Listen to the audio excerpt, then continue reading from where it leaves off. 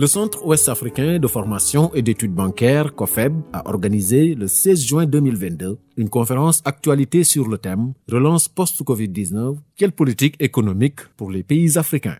La conférence qui s'est déroulée dans l'amphithéâtre A du dit centre est co-animée par M. Mbaye Diène, professeur titulaire à l'université Cheikh Anta Diop de Dakar, par ailleurs professeur de rang A associé au COFEB, et M. Sékou Camara, adjoint au directeur des études économiques et de l'intégration régionale. La conférence à laquelle ont pris part des auditeurs de la 44e promotion du COFEB et des agents de la BCEAO est placée sous la présidence et la modération de M. Patrick Kodjo, conseiller du directeur général du COFEB, assurant l'intérim du directeur général. Dans son mot d'ouverture, M. Patrick Kodjo est revenu sur les objectifs de la conférence et des initiatives menées par les pays africains en matière de relance économique post-Covid-19. Quand je quittais la DEIR, nous étions, je crois, à 1,8% de croissance en 2020. Mais en 2021, ou en tout cas à fin 2021, nous sommes remontés autour de 6%.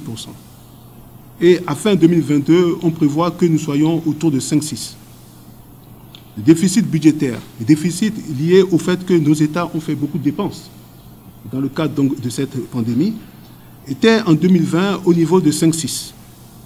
Aujourd'hui, à travers les différents rapports, nous escomptons un niveau de 3,6 à la fin de l'année 2022. Donc, légèrement supérieur à la norme de 3%.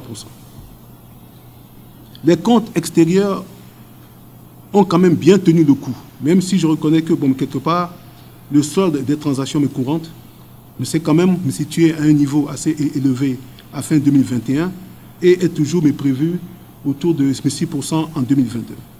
En revanche, nos réserves de change, donc la situation monétaire, est demeurée relativement favorable, puisque nous arrivons toujours à couvrir jusqu'à 6 mois d'importation en devises. Donc, en gros, des perspectives, disons, des perspectives favorables pour nos économies, à l'exception notable d'un seul indicateur, l'inflation. Dans son exposé, le professeur Mbaye Diène a rappelé les conséquences de la pandémie de la COVID-19 sur l'ensemble des secteurs économiques. Il a également insisté sur les limites du système de marché adopté par les pays africains comme modèle de développement économique.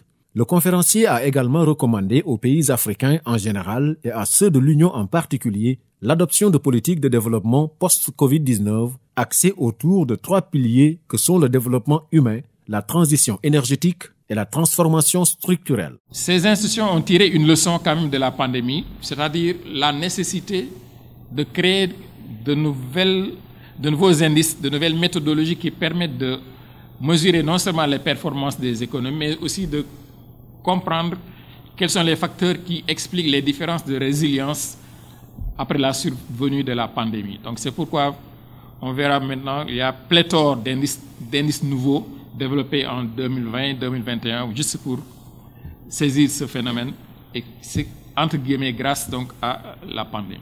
C'est pourquoi la Banque mondiale a créé donc l'indice avec l'appui du prix Nobel Romer, l'indice du capital humain qui mesure la contribution de l'état de santé et de l'éducation à la productivité du travail.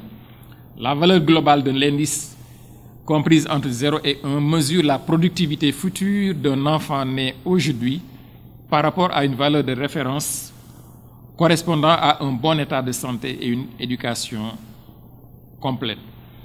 Donc cet indice, il est récent. La dernière valeur n'existe que pour 2020. Nous avons esquissé donc l'indice pour les pays d'Afrique subsaharienne et en rouge les pays de l'UEMOA. À titre de comparaison, nous avons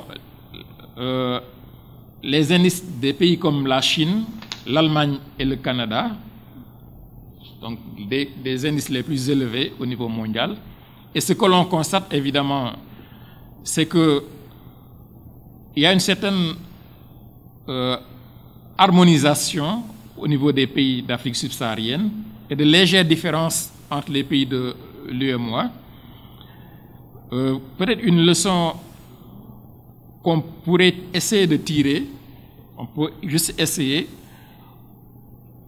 Au regard de ce graphique, on voit que les pays dont l'indice est le plus faible sont le Niger et le Mali, ou bien le Burkina, pour ceux dont l'indice est le plus élevé dans l'UEMOA. Donc on voit Togo, Sénégal, Bénin. Pour sa part, M. Sékou Camara, adjoint au directeur des études économiques et de l'intégration régionale, a fait part de l'expérience de la BCEAO et des initiatives prises par les États membres de l'UEMOA dans le cadre de la relance post-Covid-19 dans un contexte de résurgence de l'inflation à l'échelle mondiale et de ses conséquences sur les pays de l'Union. C'est comme dans un match de football. En fait, on peut considérer qu'on a marqué quand même 2 buts. Le premier but, c'est qu'on a limité l'impact du choc en 2020 et on a contribué à la relance à partir de 2021. Maintenant, c'est le 3e but pour clore le match qu'il faut marquer, c'est-à-dire revenir à une situation normale. Je pense que d'une certaine façon, c'est ce qui est entamé parce que il est clair que les causes de l'inflation sont multiples. Hein, les causes de l'inflation que nous voyons actuellement sont multiples. Vous vous souviendrez que la Covid, c'était un choc qui affectait en même temps l'offre et la demande. Et donc, les politiques qui ont été menées ont ciblé les deux côtés. Et donc, quelque part, la source de l'inflation vient également de là-bas parce qu'il y a des causes. Par exemple, en ce qui concerne nos États membres, il y a une bonne partie d'inflation importée, produits alimentaires, et maintenant, avec tous les pays qui sont en train, j'allais dire, de répercuter ne serait-ce qu'une partie de la flambée des prix des hydrocarbures sur les prix à la pompe, donc ça va continuer. Donc il y a cette cause-là qui est importée.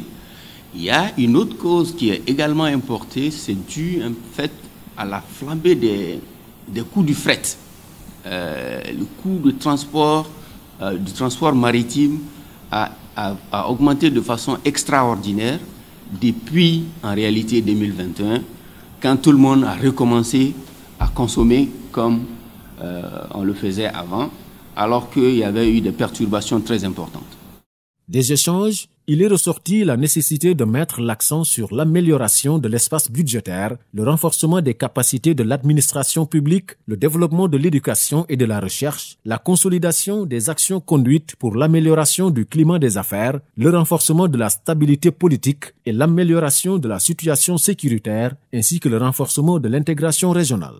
Au total, les questions et commentaires des participants ont permis de relever le niveau du débat et d'enrichir également les échanges. Un exercice vivement salué par les auditeurs de la 44e promotion du COFEB. L'aspect qui m'a touché, c'est l'aspect énergie renouvelable. Énergie renouvelable où nous avons constaté dans la même union qu'il y a des pays qui ont pu réaliser jusqu'à 40%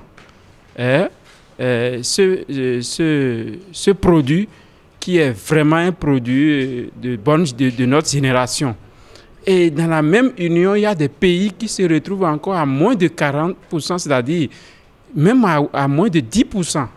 Vous voyez, ces pays, nous nous sommes demandé à travers cette conférence quels sont les phénomènes, les contraintes réelles qui ont empêché ces pays à atteindre le niveau par rapport à d'autres. Parce que si on prend le cas du Sénégal, il a été même notifié que le Sénégal a eu même des privés qui ont contribué à l'État, c'est-à-dire le partage de leur production à l'État. Je ressors au thème de cette conférence qu'il existe des opportunités pour les pays africains pour pouvoir vraiment amorcer leur développement, notamment à travers le développement du capital humain, des opportunités qui sont offertes au niveau de la transition énergétique, des opportunités qui sont offertes sur la nécessité de pouvoir mettre l'accent sur la transformation structurelle de nos économies. Il a été aussi question au cours de cette conférence de l'ensemble des mesures que la BCEAO a eu à mettre en place pour lutter contre la Covid. Nous avons eu connaissance des fonds que la BCEAO a mis à disposition de nos États qui ont permis de pouvoir atténuer le choc de cette pandémie. Au terme de la conférence, M. Patrick Kodjo, conseiller du directeur général du COFEB, assurant l'intérim du directeur général, a remercié l'ensemble des participants et émis le souhait de voir se répéter des rencontres de cette nature qui permettent de clarifier un certain nombre de préoccupations sur les actions menées par l'institution d'émission auprès du public.